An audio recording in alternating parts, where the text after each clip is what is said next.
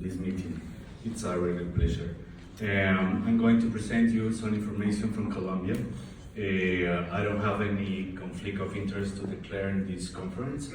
I'm a speaker for all this company, but I don't have relations with any of them. According to the ISAP's data in the last report we have, Colombia realized at least 1,900 procedures every year. So we are the 5th country in breast procedures in the world.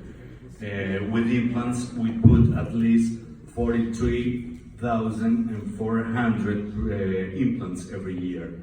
We are the double of the Netherlands data and almost always as the Italian cases. With breast reconstruction, we have at least 1,400 breast implant reconstructions every year. And we calculate that in Colombia we have at least 3 million of women with breast implants. So this is a worry complaint for us and the follow-up of all those patients.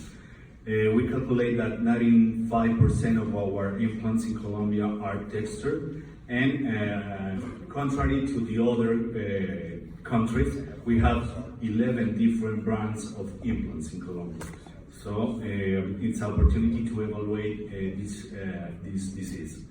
So as I told you, Colombia representing the second most frequently breast procedure in South America, the 4th in the Western Hemisphere. We are the 5th country worldwide in breast surgery, and we don't have previous report of breast lymphoma in the Hispanic population. That's why we developed a joint multidisciplinary committee of 4 society. I think this is the success of our information, work together in this pathology. And we work with the Colombian Society of Breast Surgeons, the Colombian Society of Pathology, the Colombian Society of Plastic Surgeon, and the Hemato-Oncologist Society of our country. Then this is the committee, this is the members of our committee. It's very different from all the people. And we develop a booklet for our medical, from our doctors, and we then develop a booklet for our patients in order to try to clarify what means breast lymphoma. Then we try to adapt the NCC guidelines and to the Colombian reality and see how we can manage all those cases we identified.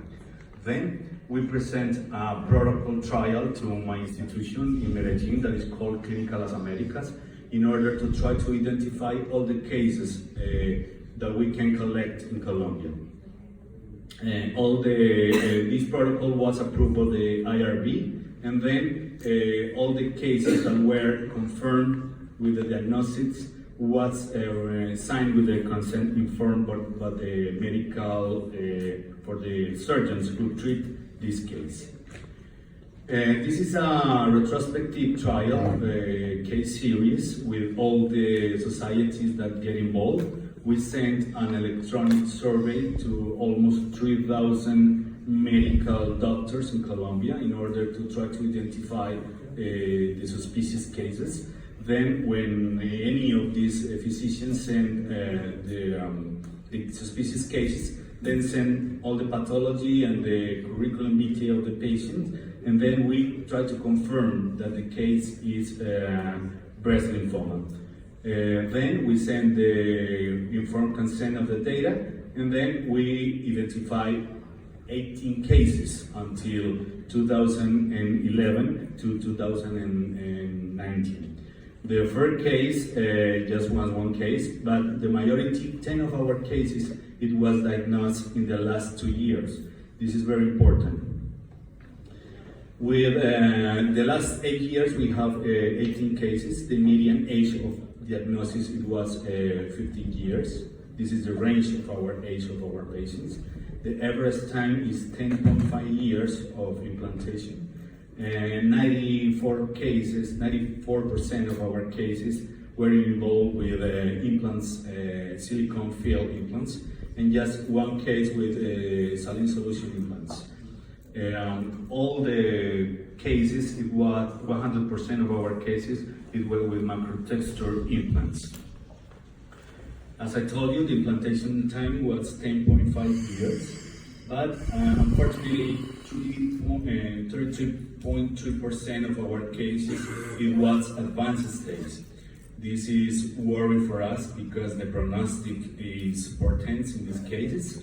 It is in contrast to other series published in US, Europe, and Australia. 7 cases of our patients needs chemotherapy treatment. 4 of them with CHOP and ectoposit, and 3 cases just only with CHOP.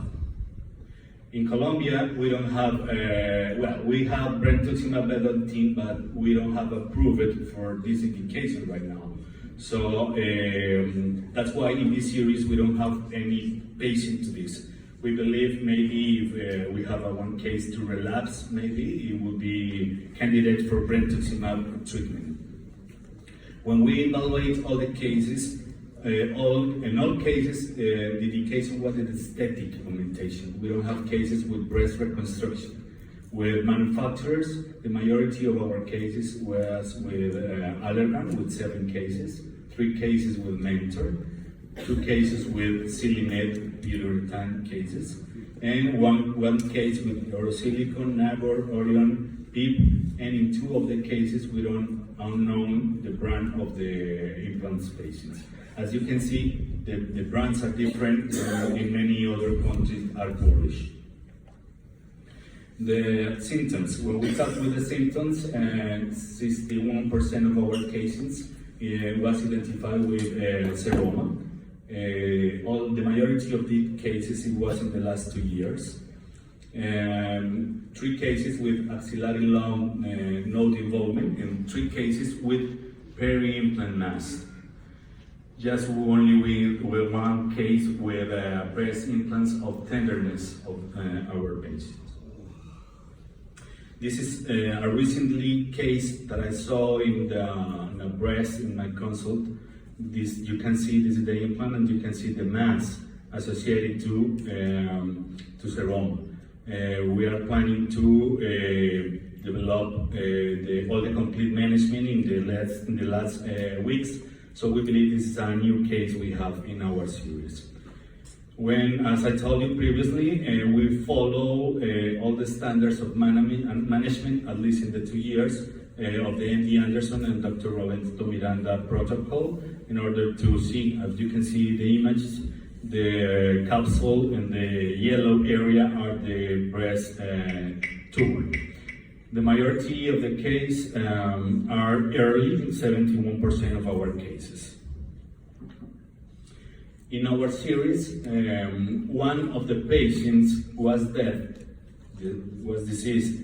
This patient was diagnosed in a stage 4 case. He was received chemotherapy with CHOP plus E, and then bilateral capsulectomy. But then these patients progressed to the systemic nervous to the brain, and then pass away.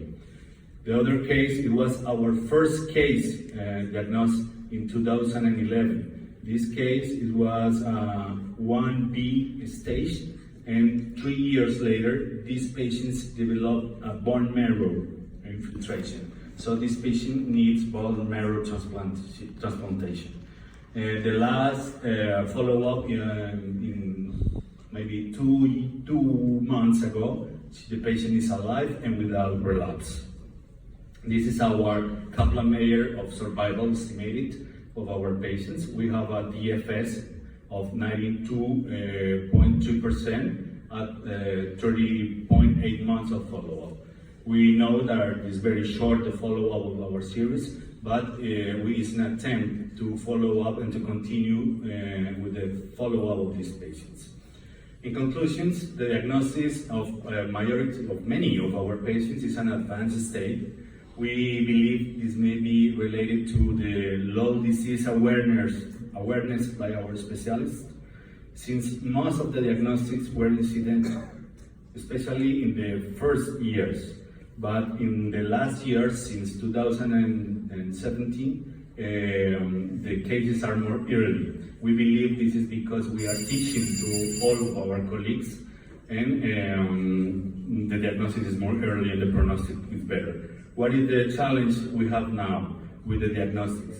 Because all the patients need to pay the flow cytometry, and it's very expensive for many of our country. And they need to pay the MRI. And the insurance company, they don't pay for the attention because they believe this is a complication of the aesthetic surgery. So many of our patients have many complaints and problems with the access to the health system. Thank you to all the faculty and to doctors for the invitation, and we invite you to know Colombia. It's a beautiful place.